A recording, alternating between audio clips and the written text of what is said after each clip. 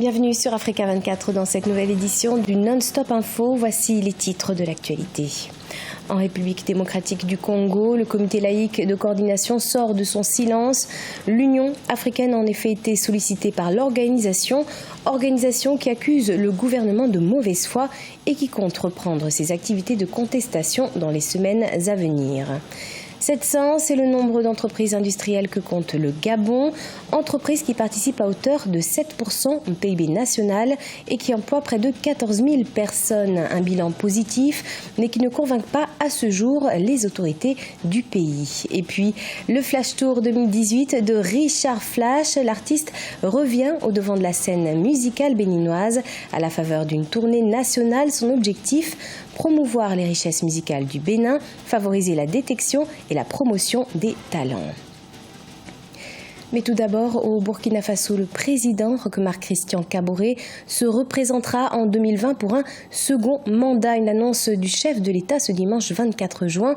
Pour rappel, l'actuel président burkinabé a été élu en novembre 2015 pour un mandat de 5 ans au terme d'une année de transition politique. Une transition consécutive à une insurrection populaire qui a chassé l'ancien chef de l'État Blaise Compaoré du pouvoir. En République démocratique du Congo, le comité laïque de coordination a saisi l'Union africaine au sujet de la crise politique persistante dans le pays. À l'approche de l'élection présidentielle prévue en décembre 2018, l'organisation qui dénonce le processus électoral pourrait reprendre ses activités de contestation. Explication, Corinne Kamse-Fehem. Dans une correspondance adressée à l'Union africaine ce 23 juin, le comité laïque de coordination de l'Église catholique dresse un bilan négatif de la situation politique en République démocratique du Congo. Il accuse le gouvernement de mauvaise foi et dénonce une démarche qui vise à confisquer le processus électoral en maintenant à l'écart les acteurs emblématiques de l'opposition. À cet effet, le comité laïque de coordination sollicite le soutien de l'Union africaine et annonce la reprise de ses actions de rue. Aucun opposant politique emblématique n'a été libéré. Aucun exilé politique n'a pu regagner le pays.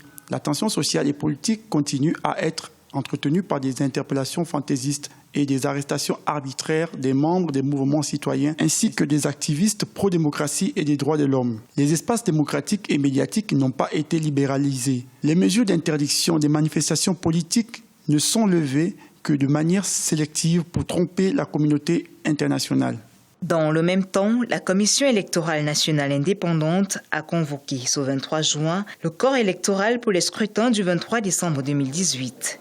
Mais jusqu'ici, rien ne filtre sur la position du président sortant Joseph Kabila. Le comité laïque de coordination exige qu'il déclare publiquement sa non-candidature suivant l'accord de la Saint-Sylvestre. Je crois que ça sera un bras de fer pour rien, une fois de plus. Bon, toujours est-il qu'on ne peut pas interdire au CLC de pouvoir mettre la pression sur le gouvernement. C'est des bonnes guerres. Et je crois que le gouvernement congolais, en son temps, avait déjà donné les réponses point par point aux revendications du CLC. Et je ne vois pas beaucoup de changements, donc on peut prévoir que si le CLC veut organiser des manifestations de rue, qu'on assiste encore à de nouvelles répressions, je ne suis pas sûr que cela soit une stratégie qui soit porteuse. Si le comité laïque de coordination met sa menace à exécution, la République démocratique du Congo pourrait encore connaître d'importantes turbulences dans le pays. Les marches du comité laïque entamées le 31 décembre 2017 avaient déjà fait plus d'une dizaine de victimes à Kinshasa et dans d'autres villes du pays. Également dans l'actualité au Nigeria, Adamo Oshimole a été élu nouveau leader du Congrès progressiste, le parti au pouvoir. Âgé de 66 ans, il a prêté serment à l'issue de 2 jours de congrès national du parti à Abuja. De nombreux défis attendent le nouveau leader, notamment de conduire son parti à la victoire lors de l'élection du gouverneur dans 2 États du Sud-Ouest. Par ailleurs, le chef de l'État, Muhammadu Buhari, a annoncé son intention de briguer un second mandat à cette occasion.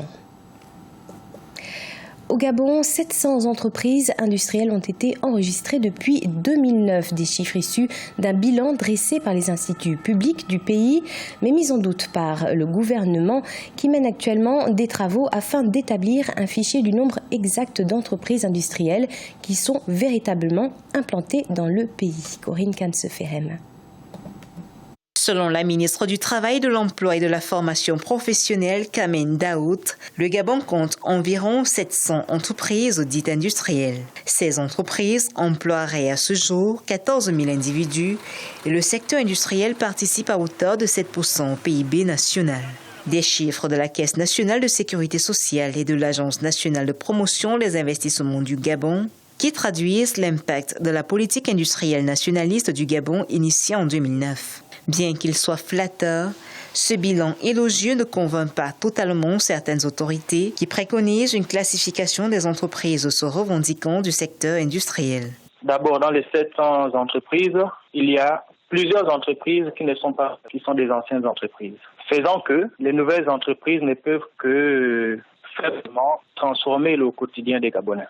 De plus, c'est-à-dire que le ralentissement de l'activité économique ces dernières années a pénalisé l'essor de plusieurs entreprises. Et donc, cette situation fait que, concrètement, dans la réalité, il ne peut pas avoir un véritable impact de ces entreprises industrielles qui ont pu être recensées.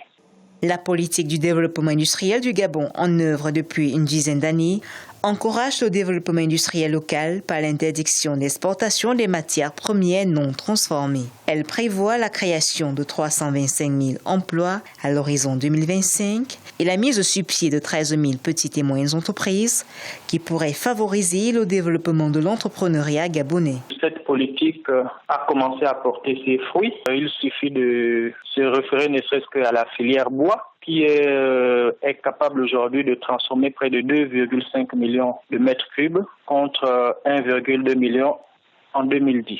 Désormais, le Gabon transforme son manganèse sur place grâce au complexe métallurgique de Mwanda, faisant passer le chiffre d'affaires du secteur à près de 350 milliards de francs CFA en 2014 contre 178 milliards en 2009. La mise en œuvre du Gabon industriel devrait consacrer la transition de l'économie gabonaise d'un pays essentiellement exportateur de pétrole vers une économie diversifiée et durable. Cette politique industrielle a pour ambition de contribuer à bâtir à l'horizon 2025 10 pôles économiques repartis sur l'ensemble du pays, donc 5 à vocation agricole et forêt-bois, 3 pôles miniers autour du manganèse, du fer et de l'or et 2 pôles diversifiés. À présent, focus sur le chanteur béninois Richard Flash. L'artiste a entamé ce 23 juin 2018 une tournée artistique pour une durée de 6 mois. Un projet dont le but est d'apporter plus de visibilité aux artistes béninois, mais aussi de sensibiliser sur certains sujets sociaux. Une tournée qui le conduira dans les 77 communes du pays découvertes avec Leftionou. L'artiste chanteur Richard Flash revient au devant de la scène musicale béninoise à la faveur d'une tournée nationale entamée samedi 23 juin 2018. Intitulé Flash Live Tour, ce projet se traduit en une série de concerts offerts aux mélomanes de 77 communes du pays. La tournée a été officiellement lancée à l'occasion de la célébration de la fête de Toriwe à Toribocito, dans le département de l'Atlantique, au sud du Bénin. Flash Live Tour entend promouvoir les richesses musicales du Bénin, favoriser la détection et la promotion des talents. Il y a une passion, la passion des musiciens de travailler sur le projet et de ne pas attendre que les gens fassent des cérémonies de mariage ou de deuil chez eux avant de les appeler et avoir du contrat pour tous les artistes. Donc c'est motivant. Et penser à cette population, on lit la tristesse sur le visage des Béninois. Et l'artiste est le seul qui a cette magie-là de changer le visage d'un être humain à travers une chanson. Le temps d'une chanson, vous pouvez changer tout dans le cœur d'un homme. Flash Live Tour est aussi un canal de sensibilisation sur certains sujets sociaux, entre autres les violences faites aux femmes, la scolarisation de la jeune fille, le paludisme, les grossesses non désirées ou encore le planning familial. Le plus grand souhait est que les populations sortent pour profiter vraiment de ce spectacle qui sera gratuit. J'ai dit à Richard Flash, je souhaite que le concert soit gratuit partout. C'est vrai, ça coûte beaucoup d'argent. Il y a quelques sponsors que je remercie qui l'ont soutenu. Et le gouvernement, comme je vais commencer à le faire, va intensifier son soutien. Et je veux remercier tout le monde, tous les amis de la presse, souhaiter que tous les artistes adhèrent au projet et comprennent que pour nous, il s'agit de célébrer la musique, la culture béninoise. Le porte-flambeau de la musique zouk au Bénin, Richard Flash, sera accompagné par son orchestre Flash Band. L'artiste a à son actif 4 albums, dont Zekemi, Je veux et Patagnon, qui sont le reflet de la richesse du patrimoine culturel béninois. Ce journal a été préparé par l'ensemble de la rédaction. Merci de nous avoir suivis.